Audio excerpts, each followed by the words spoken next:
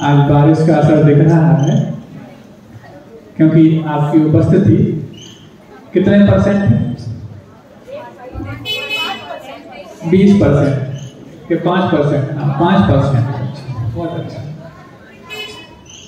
लेकिन जिनकी भी उपस्थिति है वो अपनी मानस की उपस्थिति 100% बना के रखें।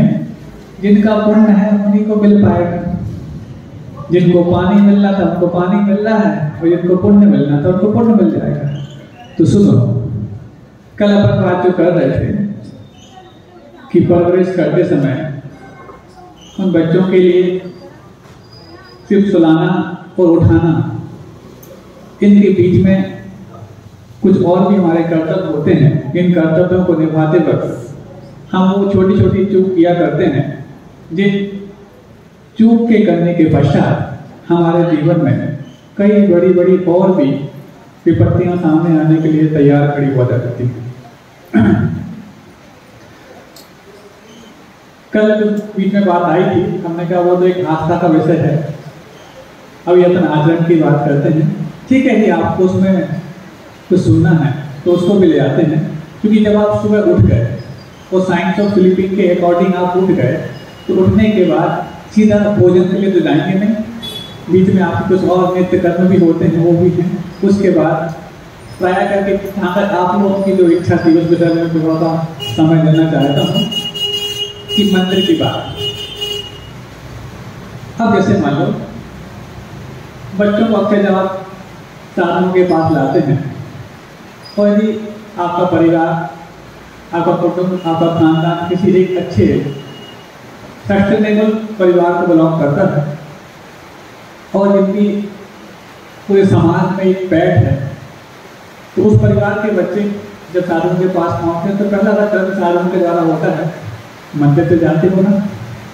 हालांकि हम ये काम करते हैं, लेकिन फिर भी एक प्रश्न रहता है, और ये प्रश्न आते ही सबसे पहला असर वो यंगस्टर के मन में ये होता है कि जब भी जाओ मंदिर की बातें होती है।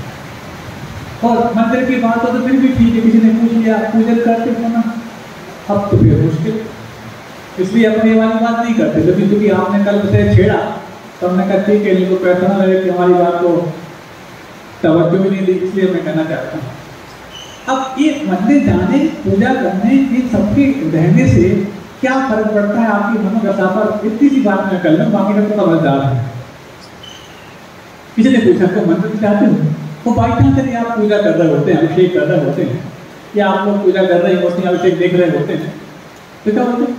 हाँ माना कि आप मंदिर की बात करते हो, हम गुरुओं के इतने बड़े भक्त परिवार में शुमार हैं, हम तो डेली पूजा करते हैं। अभी क्या हो गया कि कॉन्फिडेंस हो गया। मैंने पूछ लिया क्यों इतने बड़े परिवार को बिलोंग करते हो, तुम्हारा इतना नाम चलता है, पूजा तो करते होगे ना, और मंदिर नहीं जा पाते। पूजा की बात करता है, मंदिर तो मुश्किल होता है। ठीक है, अंडर कॉन्फिडेंस, मतलब ये सब कुछ करने से पुण्य ध्यान हो या ना हो, कॉन्फिडेंस तो होता है। और ये नहीं करने से हम कितने पाप के भागी बनते हैं हमें नहीं मतलब, लेकिन अंडर कॉन्फिडेंस में तो आते हैं। और कुछ चाहिए हो या ना चाहिए हो, आपको कॉन्फिडेंस तो चाहिए, क्योंकि आप ही लोग बोलते हैं so many elements just like hard work, focus, vision, attitude, thinking, confidence and luck. And confidence is the engine of that train. But how to develop that confidence? उस confidence को हम छोटी छोटी चीजों के जरिए प्राप्त भी कर सकते हैं, और इन चीजों को इग्नोर करके लूज भी कर रहे होते हैं।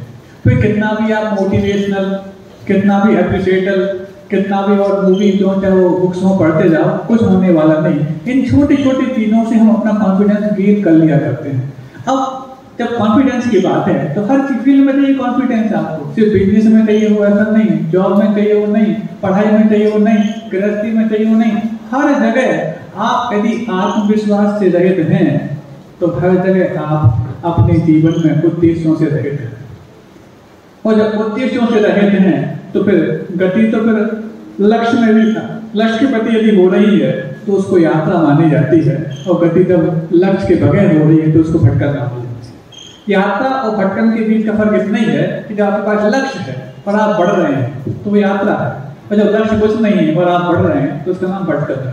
बढ़ना तो दोनों में होता है, लेकिन एक बढ़ना भटकाने के लिए कारण होता है, और एक बढ़ना मंजिल तक जाने के लिए कारण होता है। तो अब इन सब चीजों से, छोटी छोटी चीजों से कॉन्फिडेंस। अब सिर्फ 5 मंदिर की बात, अब मंदिर जाना तो है, माला महाराज जाते हैं। कई लोगों के मन में आश्चर्य प्रश्न रहता है कि मंदिर जब जाओ तो वहां पर शुरुआत में ही जाकर के हमारा मन खराब होने लग जाता है। क्यों होने लग जाता है? भगवान को देख कर नहीं, भक्तों को देख करके। भगवान को देख करके मन बना के जाते हैं और भक्तों को देख के वापस लौटने का मन करता है। क्यों? वहां भक्त कई बार कोई जो से गा रहा होता है, कोई मजीरा बजा रहा होता है, कोई प्लेट बजा रहा होता है, कोई ताली बजा रहा होता है, और बजाए तो फिर भी ठीक है, लेकिन कोई बैंड बजा रहा होता है। अब बैंड बजाने का तो आप समझते हैं, किसी ने कुछ गलती कर दी तो उसके बैंड बज जाते हैं। पहले छोटा व्यक्ति या नया व्यक्ति पहले बार आया हो और उसको यदि प्रॉपर तवज्जो ना मिले तो उसको लगता है ये सब कैसे, तो जबरदस्ती हम आए थे और यहाँ आके देखा तो और मन में जो शांति मिली थी और शांति हो गई, वापस लौट जाते हैं। लेकिन जब आप मानस तैयार करके घर से निकलते हैं और मानस तैयार करने के पीछे आपके उपाय क्या होते हैं उसको पहले समझ लो। ये प्रश्न आपने किया था मंदिर जाने का, इसलिए मैं ले रहा हूँ। मैं मंदिर जाने पूजा करने का प्रश्न बहुत अंत में लेता हूँ, क्योंकि अभी तो आपके लिए वो चीज सिखाने की बात आ रही है कि मंदिर के पहले की भूमिका में आपके जीवन में क्या उद्देश्य होने चाहिए। फिर भी आपकी बात को बात मान कर करता हूँ, तो क्या उद्देश्य लेके चले कर। अब यदि आपने सुबह उठते हैं, सुबह उठे या तो आप स्कूल जाएंगे, कॉलेज जाएंगे या बिजनेस की तैयारी करेंगे, आपका मानस यदि ये बन गया कि मुझे मंदिर जाकर के ऑफिस जाना है, मंदिर जाकर के कहीं और जाना है, जो आपके लक्ष्य में है वैसे वैसे आपके परिणाम परिवर्तित होते चले जाएंगे। आपके लक्ष्य में है कि मंदिर जाना, वहां सब्जी लेके आना है, तो आपके दिमाग में सब्जी घुसी हुई है। और दोपहर में सब्जी मंडी गए और मन में आ गया कि नहीं एक बार और मंदिर कराएंगे, तो आपके मन में सब्जी लाते वक्त भी मंदिर का भाव उत्पन्न हो रहे हैं। ये आपके उद्देश्य पर डिपेंड करता है। सबसे पहला आपका मन का परिष्करण हो कि हमारा उद्देश्य क्या है। मंदिर यदि गए हैं, इसी उन्हीं उद्देश्यों को लेकर के तैयारी पूरी घर से की जाती है।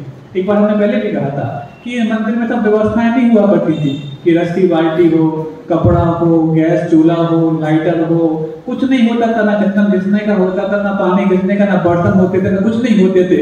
और अब तो और उससे आगे बढ़ गए कि लाइट बाथ भी होते हैं, वॉशरूम भी होते हैं, चेंजिंग रूम भी होते हैं। इन सब चीजों की मंदिर में कहीं कोई आवश्यकता थी ही नहीं, होना होते थे। तब तो जाकर के सिर्फ भगवान होते थे और दूसरा भक्त होता था। तो जो हमारे मन को व्यवधान देने वाले जो साधन है वो सब नहीं होते थे, तब मन एकाग्र होता था और एकाग्र मन से की हुई भक्ति में चमत्कार होते थे। आज सारी व्यवस्थाएं लाके मंदिर में रखती। पहले के जनाले देखो जो पत्थर से निर्मित हुआ करते थे, चाहे वो खजुराहो के जाके देख लो, कहीं और भी अन्य जगह जाके देख लो, कहीं कुछ नहीं मिलेगा आपको। चंदन घिसने का, पैर धोने का तो भी ठीक है, लेकिन इसके अलावा कोई व्यवस्था नहीं होती थी। क्योंकि जिन व्यवस्थाओं के घर में रहते हमारा घर में मन नहीं लगता, वही व्यवस्थाएं यदि आप मंदिर में लाके रख दोगे तो मंदिर में मन कैसे लगेगा। इन्हीं सब चीजों को लेकर घर में चिक हुआ करती है। कोई गैस चूल्हा, रस्सी बाल्टी, छन्ना, पानी, रोड़ी लोटा, ये सब चीजें आपने वहां पे लग सकती। तो महाराज जी फिर वहां का द्रव्य से पूजा नहीं करें क्या? नहीं, ये नहीं बोल रहे कि आपको द्रव्य से पूजा नहीं करनी है। पूजा तो द्रव्य से ही करनी है, लेकिन द्रव्य तैयार कैसे हो? तो पहले हर घर में शुद्ध द्रव्य तैयार करने के तरीके थे, साधन थे, उपाय थे। हर घर में शुद्ध पानी होता था, हर घर में शुद्ध वस्त्र हुआ करते थे। पूरी की पूरी तैयारी घर में जो सुबह आपके चौका चूल्हे की होती थी, वो सब तैयारी इसी रूप में, इसी समय में पूजा करने की होती थी। तब जाकर के मंदिर घर में से शुरुआत होती थी और मंदिर जाने के बाद हमारा मन मंदिर बन चुका होता था। आज घर में शुरुआत तो होती ही नहीं। घर से एक मुट्ठी चावल लाना भी आपको नसीब नहीं होता, क्योंकि आपको मालूम है कि हमने अपनी तो रसीद कटा दी है, मंदिर में एक बोरी चावल लगवा दी है। बहुत बड़ा एहसान किया। किस पे? समाज पे भी किया और भगवान पे भी किया कि आपने एक बोरी चावल लगवा दी है वहां पर। मतलब आपके बाजुओं में वो ताकत नहीं बची कि आप एक मुट्ठी चावल उठा सको अपने घर से मंदिर तक लाकर। ये आपने अपनी पहली शक्ति कमजोर कर दी। फिर उसके बाद यहाँ एक कटोरा रखा मिलता है। एक हमने चित्र देखा था, ABC और जर्नलिज्म एक पुस्तक है इंग्लिश में, बच्चों की पुस्तक है, चमत्कारी महाराज के 5 समय मिलती थी। तो उस समय क्या देखा, कोई विदेशों का मंदिर था, उसमें चित्र बना हुआ था। एक बच्चा जो है मंदिर पहुंचा, जहाँ गंदोरा रखा था ना, गंदोरा, उसी टेबल पर एक कटोरा रखा हुआ है, तो क्या करता है वो उसको उठाता है और चित्राता है। हमने कहा ये क्या कल्चर है, ऐसा तो नहीं कोई चढ़ी हुई तरह उठा के चढ़ा रहा हूँ। तो नहीं किसी ने बताया कि महाराज जी आप तो शहरों में व्यवस्था होती थी, तब तक हमने व्यवस्था किसी मंदिर में देखी नहीं थी। जब 2016 में चातुर्मास हुआ भोपाल में, तब ये व्यवस्था पहली बार हमें नजर में आई, और अब तो व्यवस्था आम हो गई है। हर मंदिर में कटोरा रखा रहता है, चावल आप वहीं से उठाओ, यहाँ से उठा के यहाँ पटक दो, सब पटक दो, हो गया मंदिर आपका। इसमें यदि इसका नाम मंदिर है तो मंदिर का माली आपसे बहुत बड़ा पुण्यात्मा है, क्योंकि आप तो 2 मिनट के लिए मंदिर पहुंचते, वो तो घंटों मार है। और सर पटकने का नाम यदि देव दर्शन है तो मंदिर का माली भी आपका बहुत बड़ा दर्शन करने वाला है, क्योंकि वो वही सर पटकता है। और यदि मन में आस्था रखने का नाम मात्र दर्शन है तो उसके अंदर आस्था भी इतनी हो जाती है कि भगवान आपसे में सब कुछ चल रहा है। तो इन सब का नाम यदि देव दर्शन होता तो जो दर्शनम देव देवस्य दर्शनम पापनाशम की जो बात आप कहते हो, सबसे पहले पाप के नाश माली की हो जाते, और सारे जो मालिक यहाँ बैठे हैं यहीं बैठे रहते हैं। इस प्रकार की व्यवस्था से पाप के नाश, स्वर्ग की सीढ़ी और मोक्ष साधन बनने वाला होता तो फिर तो बहुत आसान। लेकिन ये व्यवस्था आपके ना पाप के नाश के लिए कारण है, ना आपके कषाय के नाश के लिए कारण है, बल्कि और पाप वर्तन के लिए कारण बन सकती है। मैं नहीं कह रहा कि बन जाएगी। तो क्या किया जाए, घर से ही मानस बनाया जाए। अब आपको एक उदाहरण दे दें। कई बार आपके मन में प्रश्न उठता है महाराज जी कि ऐसी जगह जाते हैं जहां पर द्रव्य होने की व्यवस्था नहीं मिलती। क्यों नहीं मिलती? पानी तो होता है वहां पर, लेकिन जिस प्रकार का पानी उपयोग हम करना चाहते हैं वो पानी वहां नहीं मिलता। क्या? कुएं का पानी। क्योंकि शहरों में तो कुआं मुश्किल से मिलते हैं, कोई बोरिंग का पानी, सप्लाई वाला पानी, और ज्यादा वो मिल्टरी का पानी। ये सब व्यवस्थाएं हो गई हैं। क्योंकि आज ये विषय मैं इसलिए ले रहा हूँ, आज आपकी संख्या कम है, वो विषय जो कल से चला आ रहा था उसको अपन कंटिन्यू कल से करेंगे। आज पानी का मौसम है इसलिए पानी की बात कर लीजिए। हाँ, पानी की बात कर लीजिए। तो महाराज चाहे दक्षिण की यात्रा करने जाओ, चाहे यूपी की यात्रा करने जाओ, चाहे राजस्थान की यात्रा करने जाओ, बहुत कम जगह रह गया है कि जहाँ पर मंदिरों में कुएं मिलते हैं। हालांकि जो प्राचीन मंदिर वहां तो मिल सकते हैं, लेकिन जो नए नए मंदिर बनते जा रहे हैं, अरे वहां पर भगवान को बिठाने जगह नहीं है, भगवान को नहलाने के लिए पानी कहाँ से लाएंगे? जो नहलाना मानते हैं, जिनके अभिषेक के भाव होते हैं, वो तो कुएं की व्यवस्था अपने आप कर लिया करते हैं। सुनने में आ रही बात आपको? समझ में आ रही है? गूंज तो नहीं रही आवाज, ऐसा लग रहा है साथ गूंज रही है।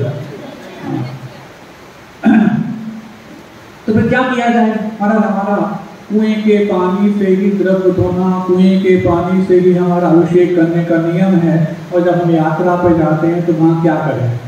बहुत अच्छा आपका नियम, यदि कुएं के पानी से द्रव्य धोना है, क्योंकि आप लोग अभिषेक कर नहीं पाते, द्रव्य धोने की जहाँ तक बात है, तो आपका नियम निभाया जा सकता है भारत के हर कोने में।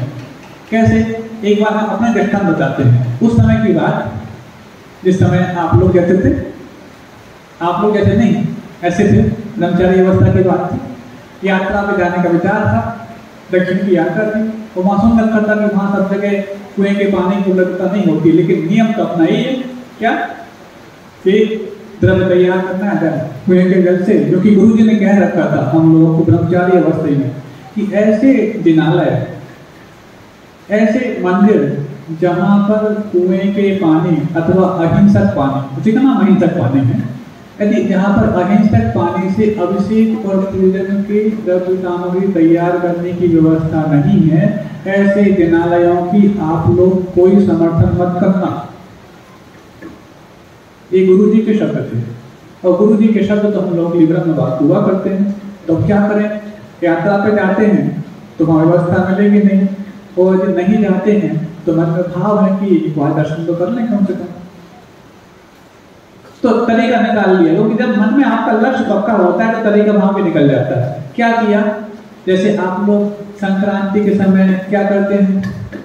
चावल धो के रखते हैं, सुखाते हैं, फिर उसको पीस के लड्डू बनाते हैं।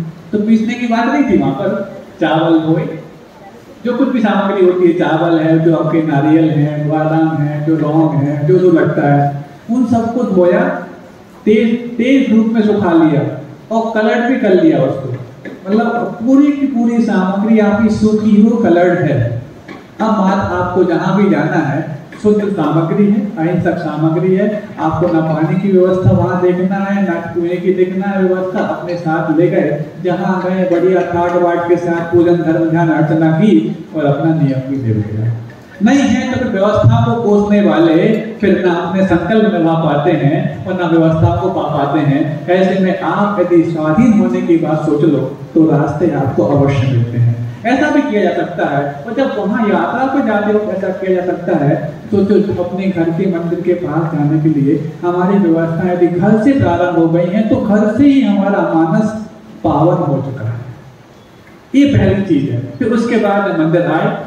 अब जब आप द्रव्य घर से लेकर आओगे, शुद्ध द्रव्य लेकर आओगे, तभी जाकर के आपको शुद्ध वस्त्र पहनने की घर से इच्छा होगी।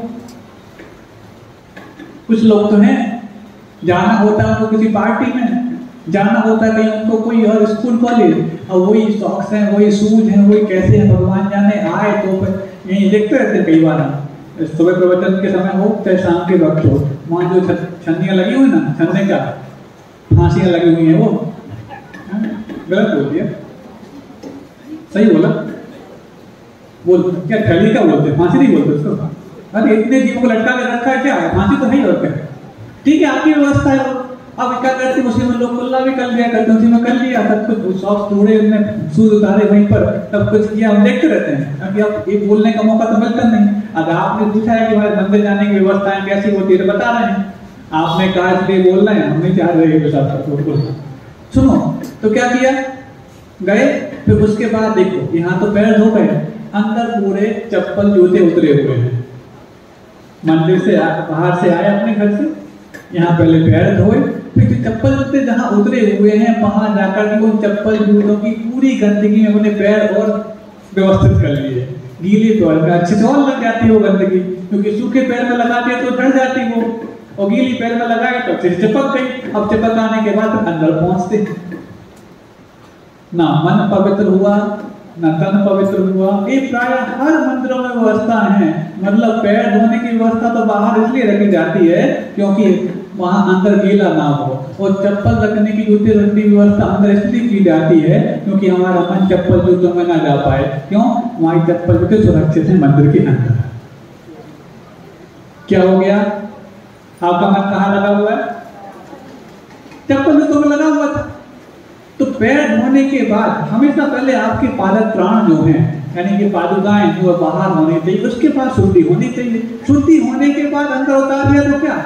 चौकों में हमने कई बार ऐसा देखा, क्या जहां सबसे बाहर धोना दिए जाते हैं पैर, फिर उसके बाद काफी अंदर जाना है, वहीं स्कूटर रखी है, वहीं उनकी बाइक रखी है, वहीं चप्पल जूते उतरे, वहीं झाड़ू रखी है, 2-3-4 मंजिल 5 के ऊपर पहुंचो, हाँ धो के आए महाराज, कहा धो के आए, पूरी सभा के आए ऊपर पर।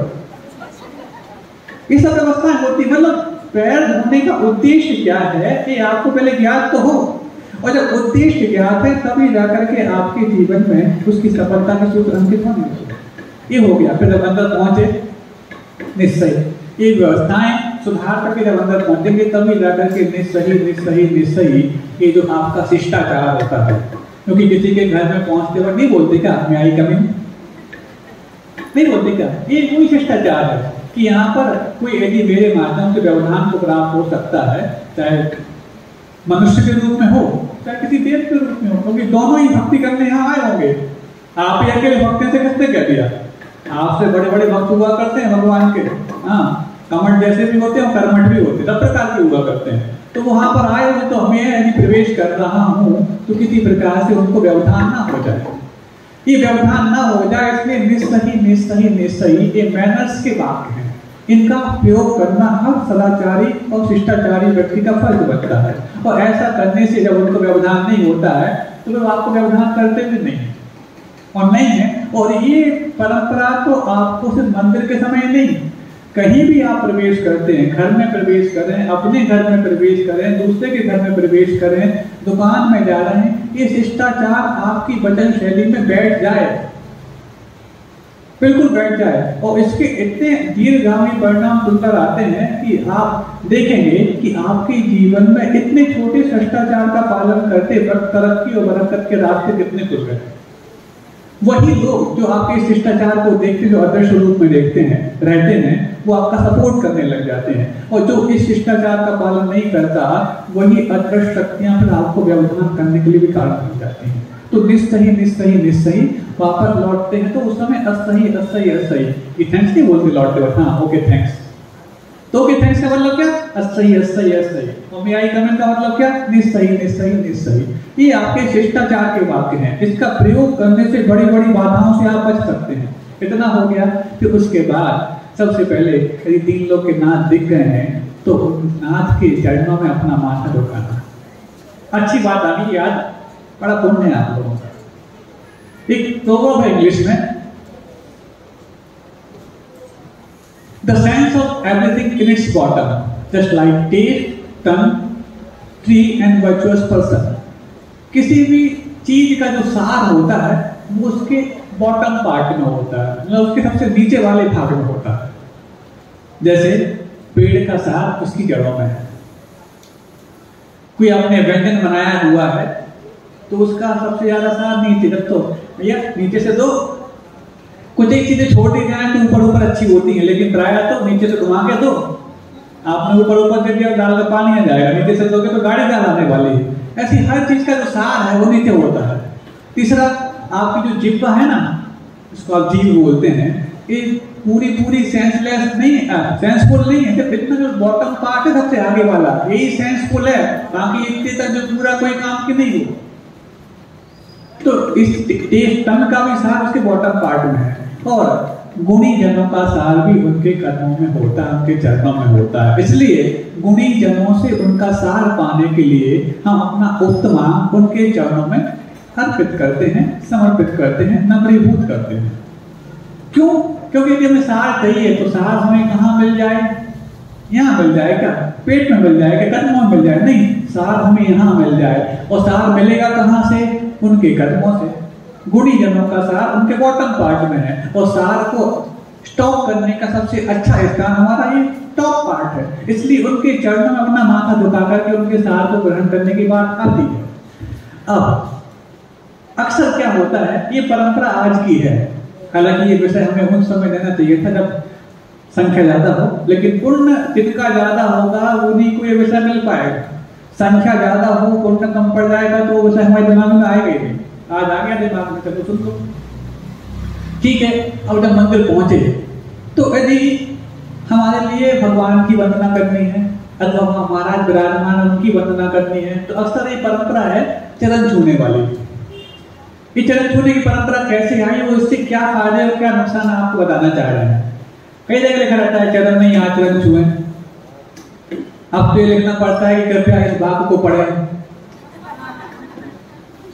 हाँ सही बात है, जो लिखा सब जगह बार बार कितना पढ़े लोग, क्योंकि हिंदी पहली बार उनको पढ़नी नहीं आती। उनको हिंदी में लिखी हुई हो कि CHARAN चरण, NANHIN नहीं, ऐसा लिखा तो समझ में आए। कहाँ पढ़ने वाले आज के समय में? क्यों? क्योंकि वेब सीरीज को देखते हैं। हाँ, कल आई थी अनुपमा की बात, आ जाती है वेब सीरीज की बात। और जब वेब सीरीज जब देखते हैं तो अनुपमा तो 1 घंटे में 1 घंटे सीरियल हो जाता है।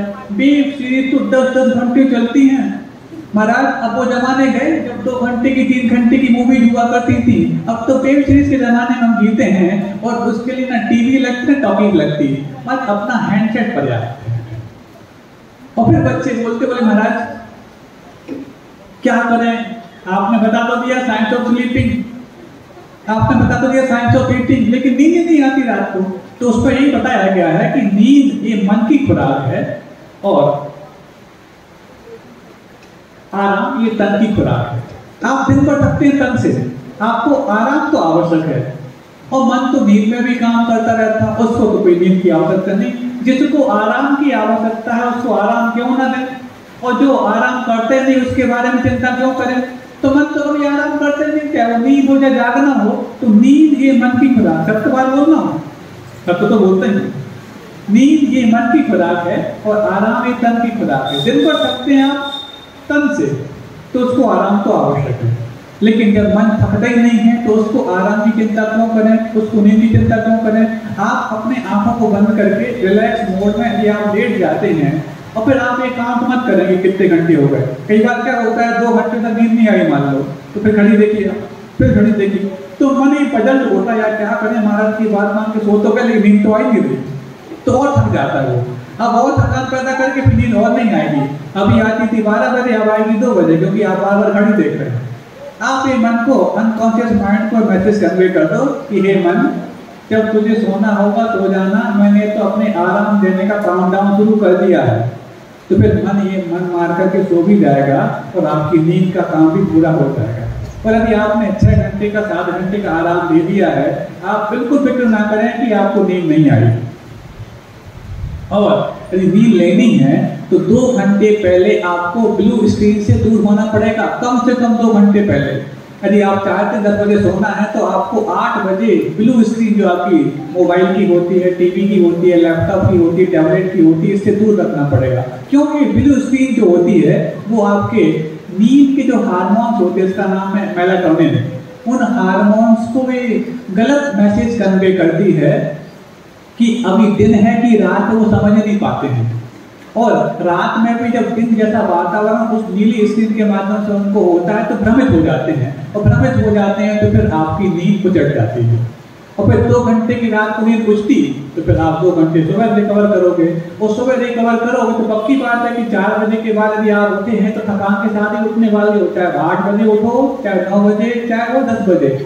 और जब 4 बजे उठने से थकान पूरी होती है, 4 बजे के पहले तक, उसके बाद थकान बढ़ती है, तो एक चीज सोच लो, आप लोग बहुत सारे एडवांस काम करना चाहते हो, चाहते कि नहीं चाहते? एडवांस करना चाहो और दिन में यदि आप 5 घंटे लेट चलो, क्यों? यदि आप 9 बजे उठ रहे हो तो आप 5 घंटे पीछे हो, महीने में 150 घंटे पीछे हो, और साल में 2 से 3 महीने पीछे हो। एडवांस करने की सोच रहे हो और बैकवर्ड होके कार्य कर रहे हो तो कहां तक रिकवर कर पाओगे?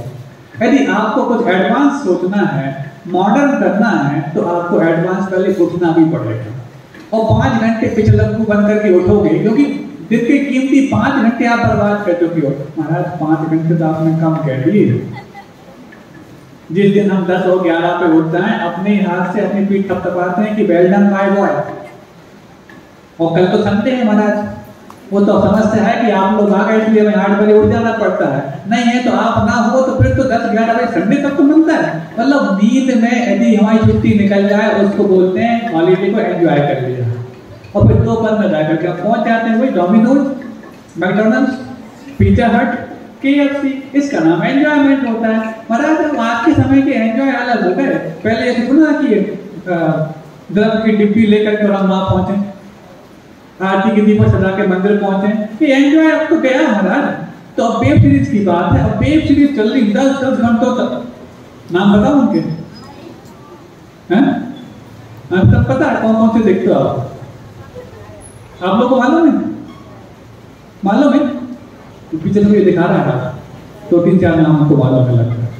अभी कौन लेटेस्ट आई वो भी मालूम है आप लोग को, सब मालूम है ना, क्योंकि देखते हैं महाराज। अब माँ सोचती है देखो बच्चा अपने रूम में चला गया, सो रहा होगा बिल्कुल। अब तो वेब सीरीज के लिए कोई थिएटर की आवश्यकता नहीं, चद्दर की आवश्यकता है। चद्दर ओढ़ा और वेब सीरीज चालू। होता कि नहीं होता ऐसा? गलत बोल रहे हैं।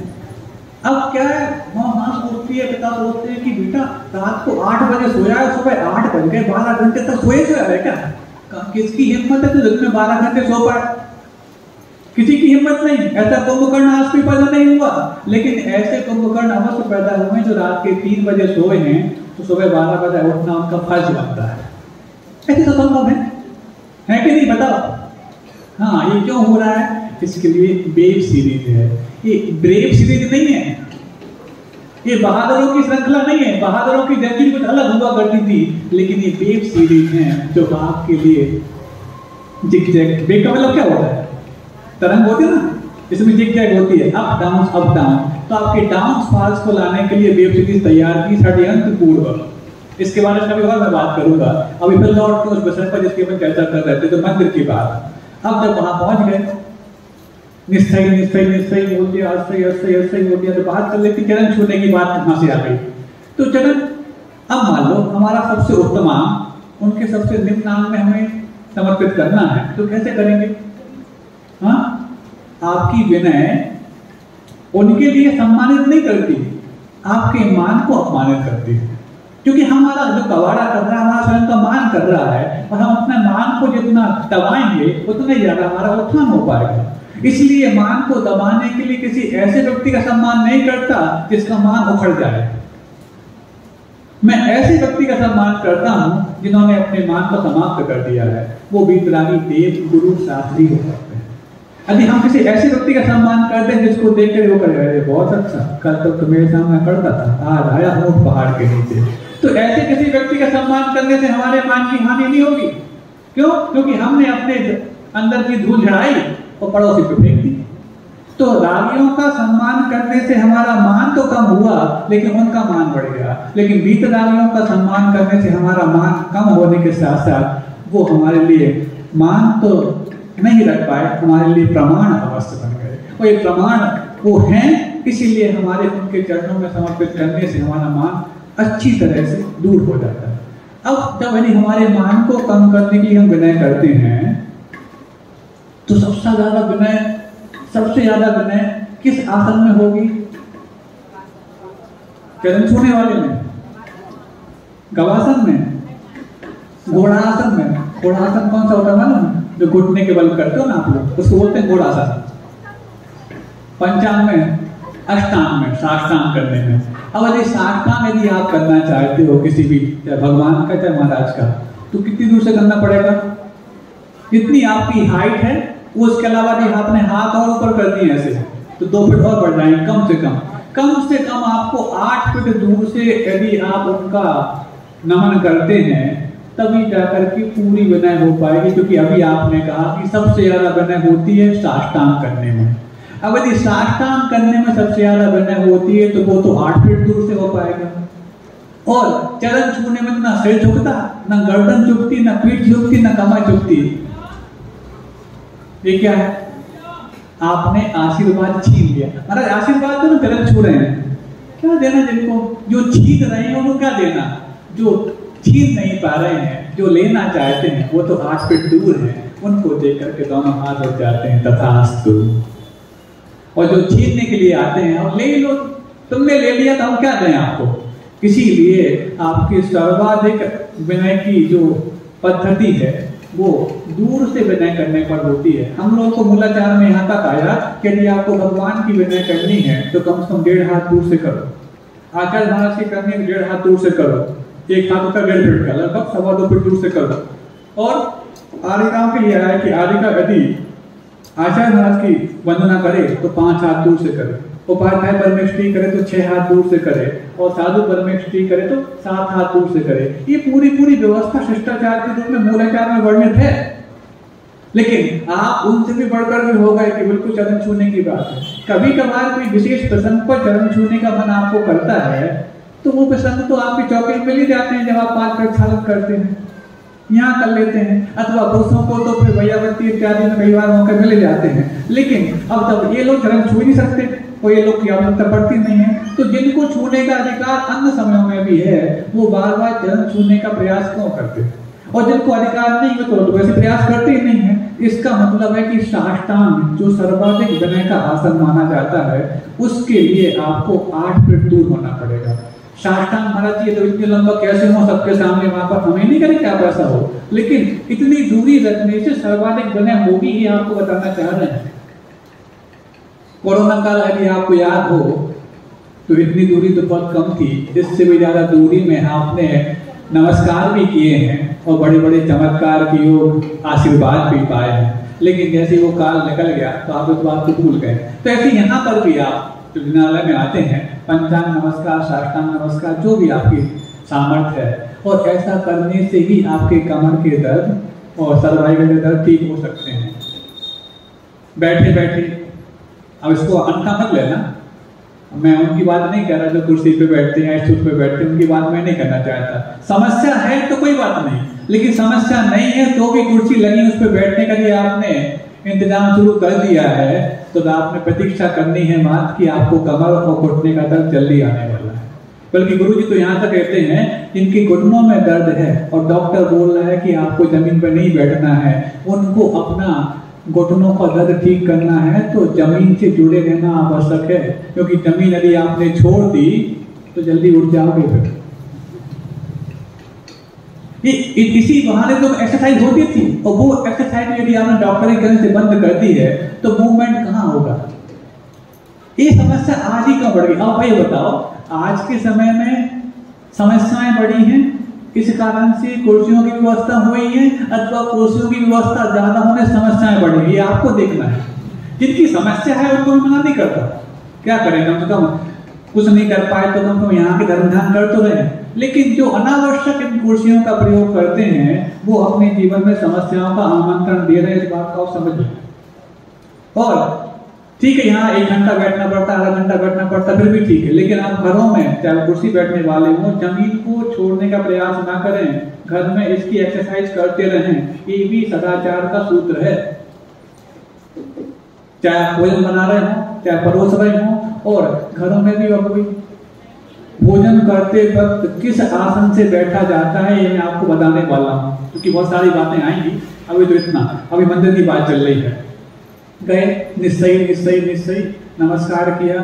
अब दिन का समय है तो आप लोग जो कुछ भी वहाँ घंटे इत्यादि का प्रयोग करते हैं ताकि हमारे अंदर वो ऊर्जा जो अभी तक नेगेटिव रूप में थी, इस घंटे के नाद के माध्यम से वो ऊर्जा निष्कासित होकर के और सकारात्मक ऊर्जा का प्रवेश होने लायक एक पात्र बन जाए। ये वहाँ पर घंटा बनने का माध्यम था। फिर उसके बाद आपने जो द्रव्य है अपने घर से लेकर आए हैं उसकी बात कर रहा हूँ मैं, जो कटोरा उठाने वाली बात नहीं करूँगा। ये कटोरे उठाने वाली जो द्रव्य है ना, आपको ये सिद्ध कर रही है कि 3 लोग के नाथ के दरबार में भी आपने कटोरा नहीं छोड़ा। समझ रहे हो? कटोरा नहीं छोड़ा। मंदिर पुजारियों के लिए है, भिखारियों के लिए नहीं। फिर से बोले, यहाँ पर आकर कुछ मांगना नहीं, यहाँ पर आकर के कुछ पूजा करने के भाव लेकर आए, वो करके जाओ। ये जो जहां कहा जाता है, अब ये किसी ने बताया कोई कि मंदिरों से तो भिखारी बढ़ते हैं और विद्यालयों से वैज्ञानिक बढ़ते हैं, ऐसा कोई चल रहा है व्हाट्सएप पे। ये मंदिरों से क्यों, मंदिरों से भिखारी बढ़ते हैं, ये उनकी दास्ता है जो मंदिर में कुछ भाव और इच्छा लेकर के आए। अरे यहाँ पर तो सारी इच्छाओं को समाप्त करने और उनका थैंक्स बोलने आए हैं, तो यहाँ पर मंदिर में भिखारी नहीं बढ़ते, ना विकारी बढ़ते हैं, बल्कि अपने जीवन में कुछ निखार करने वाले ऐसे पुजारी बढ़ते हैं जो अच्छे अच्छे वैज्ञानिकों पर भी भारी पड़ते हैं। बहुत सारी बातें चलती रहती हैं। एक और वो चल रहा है, होते कुछ व्हाट्सएप भी, कई प्रकार के व्हाट्सएप भी होते हैं जो दान के बारे में बता रहे हैं कि अर्जित धन हो उसको देने का नाम दान है। हाँ, होते हैं कुछ ऐसे बदलाने वाले व्हाट्सएप भी चल जाते हैं कि अपने पास जो है उसमें से देने का नाम दान है। पहले से घोषणा मत करना कि हम इतना देंगे वो इतना देंगे। वो क्या कर रहे हो, निर्माण का दोष लगा रहे हैं, ये लगा रहे हैं, वो लगा रहे हो, बरगला रहे हैं, ऊंचे आसन पर बैठकर कुछ भी बोले जा रहे हैं। ये बोलने वालों को पहले सोचना चाहिए, यहाँ पर दान और स्वीकृति का भेद समझना चाहिए। जैसे एक बार हमने उदाहरण दिया था, दीक्षा लेते ही हम सब साधु ने संकल्प किया है। क्या किया है कि हम संलेखना पूर्वक मनन करेंगे। तो क्या आज ही कर लें क्या? नहीं, जो आप कर सकते हो वो संकल्प करना चाहिए। तो संलेखना का संकल्प का मतलब ये नहीं है कि आज ही संलेखना कर लें। जब हमारा मरण समय आएगा उस समय संलेखना पूर्वक उसकी तैयारी पूर्वक मरण करेंगे। तो संकल्प हो गया 50 वर्ष पहले और पूरा कर रहे 50 साल बाद, निर्माल का दोष लगेगा महाराज आपको, ऐसा बोलो फिर। तो ऐसे यदि हमने संकल्प किया है क्या कि हम 3 वर्ष में, 2 वर्ष में, 1 वर्ष में इतनी राशि प्रदान करेंगे, हमारी स्वीकृति है। अभी दान कहाँ किया है, जो है वो दे दिया हो तो उसको दान बोलेंगे, लेकिन स्वीकृति को कहने का नाम ये निर्मल नहीं है। जिनके मन निर्मल हो रहे हैं वो इस चीज को स्वीकृति प्रदान करते अपने आप को गदगद मानते हैं, और जिनका मन दूषित हो गया है वो बरगलाने का प्रयास करते हैं। अपने पास जितना हो उतना दो, उसको दान बोला जाता है। अनावश्यक सेकी बगाड़ने के लिए और सम्मान पाने के लिए दान मत बोलना, ऐसा खूब बरगलाया जा रहा है। आसपास भी बदलाया जा रहा है और बाहर भी बदलाया जा रहा है। उन लोगों को बदलाने के पहले अपने आप के इस मंतव्य के और कर्तव्य और वक्तव्य के बारे में सोच लेना चाहिए। निर्माण वो है कि आपने यदि 1 साल का कोई स्वीकृति ली है, तो उससे यदि 1 दिन भी देर हो जाए, 1 घंटा भी देर हो जाए, 1 मिनट भी देर हो जाए, तो निर्माण का दोष लगेगा। लेकिन यदि हमने जो स्वीकृति का समय लिया है, उस स्वीकृति को प्रदान करने के बीच में यदि हमने दान कर दिया है, तो निर्माण नहीं, वो हमारे निर्मल दान माना जाएगा। और इस बात को समझे बगैर जो यहाँ वहां की बातें करते हैं, उनको सावधान हो जाना चाहिए। अंगूर खट्टे खाते नहीं बनता है, तो बोलते ना अंगूर खट्टे। ऐसे जिनको प्रेरणा देते नहीं बनती है, वो इस प्रकार की बातें करके बदलाते हैं। अरे करोड़ों का दान बोल दिया जाता है, लाखों का दान बोल दिया जाता है। अरे क्या बोला जा रहा है, क्या नहीं बोला जा रहा है, आपको जब पता नहीं है तो आपको बोलने का अधिकार भी नहीं है। क्या बोला गया है यहाँ पर और कैसा बोला गया, किस कंडीशन पर बोला गया है, वो कब कह रहे हैं कि हमने चुका दिया है। वो ये कह रहे हैं कि इतने तक हम अपना सोचो, अभी तक तो यहाँ वहां के लोगों को देने के लिए कर्जा उठाते थे। नागपुर के ऐसे दानदाता हैं जो बोल रहे हैं महाराज जी हम पुराना चुका करके अपने आप को हल्का कर रहे हैं और नया संकल्प करके अपने आप को भगवान का कर्जदार हमेशा बना रहे हैं, ऐसी भावना कर रहे हैं। ऐसे निर्मल भावों के लिए लोग निर्माण कहते हैं। सोचना चाहिए लोगों के लिए क्या बोला है, क्या नहीं बोलते, क्या हमने आराम पढ़ रखा है और कौन कौन से सिद्धांत ग्रंथ पढ़ रखे हैं। इनको अपनी बातों पर लगाम लेने की और आवश्यकता है। ये बदलाना अच्छा नहीं माना जाएगा। समय आज आपका हो गया है, इस विषय में चर्चा और भी कर सकता हूं मैं। तो ये सब चीजें आज व्हाट्सएप पर चलने लग गई हैं और आप लोग भी आपस में व्हाट्सएप की चीजों को फॉरवर्ड करते रहते हैं। इसमें आप लोग भी दोषी माने जाएंगे। जो भी इस प्रकार के मिथ्या वार्तालाप करता है, उनके व्हाट्सएप को वहीं खत्म करना चाहिए। कभी आगे नहीं बढ़ना चाहिए, ना अपने मित्र को दिखाना चाहिए, ना अपने परिवार को, ना रिश्तेदार को, क्योंकि हम ही लोग हैं जो इनकी अनावश्यक प्रचार प्रसार करते रहते हैं। तो बात समझ में आ गई ना, स्वीकृति और दान का फर्क, कि जो हमारे पास है उसको दे दिया, उसका नाम दान है। ये भूतकाल का विषय हो गया। लेकिन हमने प्लान किया है, दान नहीं किया, मान लिया हमने प्लान किया है कि हम 1 वर्ष में, 2 वर्ष में, 2.5 वर्ष में इतना हम कर पाएंगे और हमने अपने भावों को कमेटी वालों को बता दिया है। तो इसमें कौन बोल रहा है कि निर्माण हो गया? और इस बात को भी यदि आप नहीं करते तो आपके जीवन में कोई प्लान बन नहीं सकते। अभी हमने कहा कि लक्ष्य के बगैर जो बढ़ना होता है वो भटकन होती है और लक्ष्य के साथ जो बढ़ना होता है उसका नाम यात्रा होती है। हमने अपने भावों को यात्रा प्रदान किए कि लक्ष्य बनाया है कि इतने वर्ष में हम इतना प्रदान करने के भाव रखते हैं।